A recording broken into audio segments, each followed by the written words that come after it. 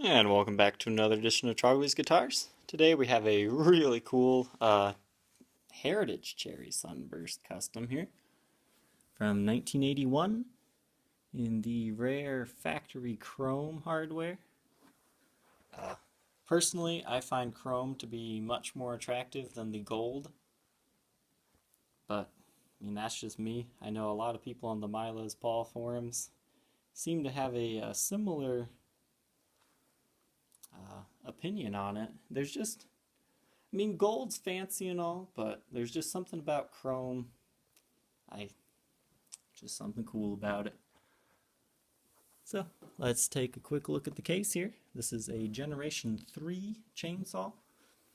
These are pretty well the best cases, in my opinion, to ship in because they're big, they're bulky, they can take a beating, they're well padded, and I think it could survive a forklift going through it. Can't say that about too many other cases. Common issue with these guys is their logo falls off. So we've kind of put a sticker decal on there.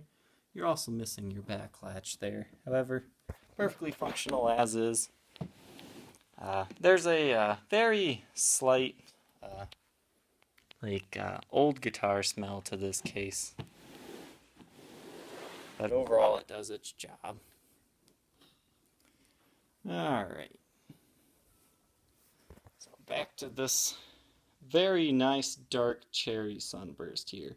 Heritage cherry just basically means it has that dark cherry on the edges, which you can see is just absolutely gorgeous on this one. Headstock has aged just ever so slightly, so it's not pure white, but it just has that nice yellowed hue, just very light yellowing. You got a few little scratches on there. Kinda see them there. But nothing too bad up here. What's cool about these is it has the rare flip out tuners. These are basically a speed winder, so you can, it's like having one of those knob things just built into it. I think it's a really cool feature, and they were only made for a very few years here in the early 80s. Fret wear doesn't look like you have too much on this guy. There is some, but nothing you're going to have to worry about for a while. It was just recently taken care of for you. The other cool feature that's very 80s about this one is the stock Gibson strap locks. They have these diamonds on it to hold it on.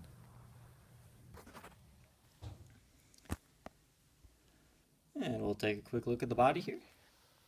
There's quite a bit of player's wear on this one. It has been played.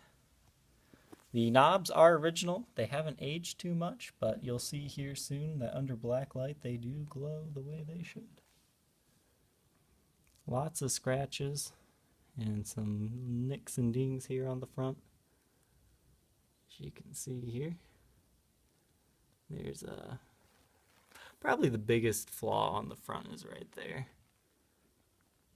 You can see some bumps here and some picking scratches there. Now if you used a scratch remover, I'm sure you could get a lot of that off. I'm thinking this switch tip has been replaced.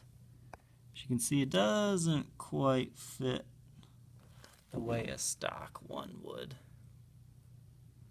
But these are the stock Tim Shaw pickups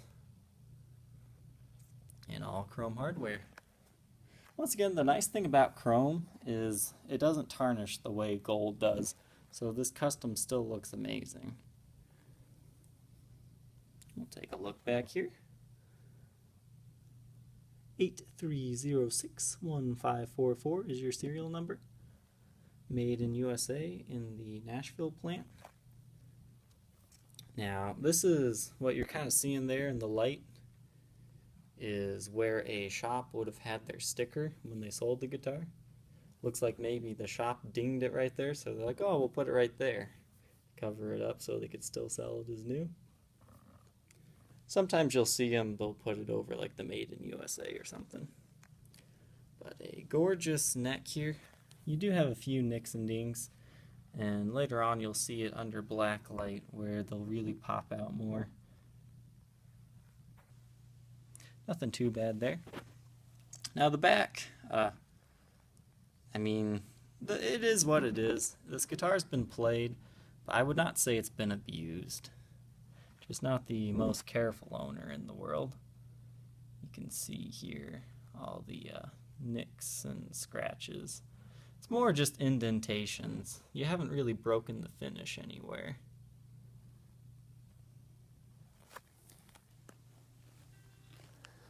Alright, this has been this segment of the tour.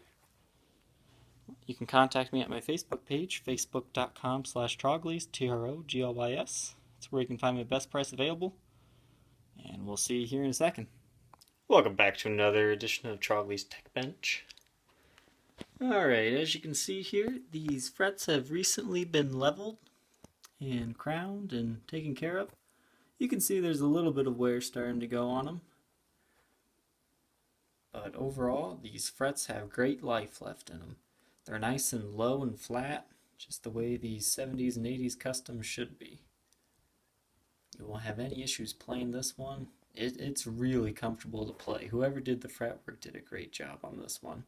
I just recently oiled and cleaned these frets. Alright, and after looking here, I can confirm that it is a factory chrome. Let's see, you can see the Made in Germany stamp there. And you have the flip out winder tuners. I like to call them ninja tuners. So like ninja stars here. Now the pickups in here, very interesting. They are transitional T-top Shaws. Let's see if we can get some extra light so we can see in there. That one has a date stamp of February 19th, 1980. It has the 4 brass screws, which is indicative of the Shaw pickup. And this is the transition era between the T-top and the Shaw. Now this one's a little bit harder to see, but we'll see if we can get in there. This one is different in that it has, you know, the typical Shaw date codes there with the 4 brass screws.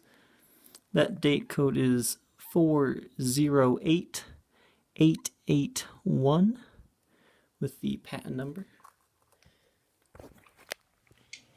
Alright. And I'm pretty sure I'm the first one to ever take these out.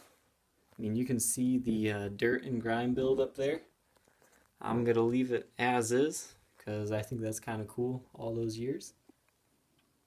And it looks like this toggle switch tip has been replaced. A little bit more on that in a little bit. And as we can see under black light here, everything is glowing perfectly as it should. No issues here on the front.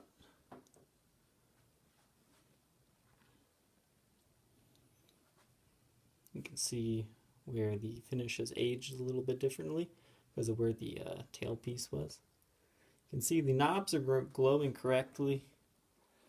I honestly don't think that switch tip is original, but it's possible. There's also a good way to see the nicks and dings in the guitar here. You can see them right there.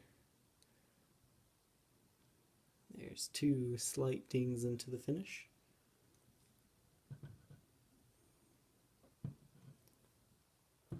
Looks like there's one right there by the knobs as well. Some of that is also just reflection of the LED lights here. And here's to take a look at the back of the guitar with the black light here. Now a lot of what you're seeing here is the reflection of the LED lights.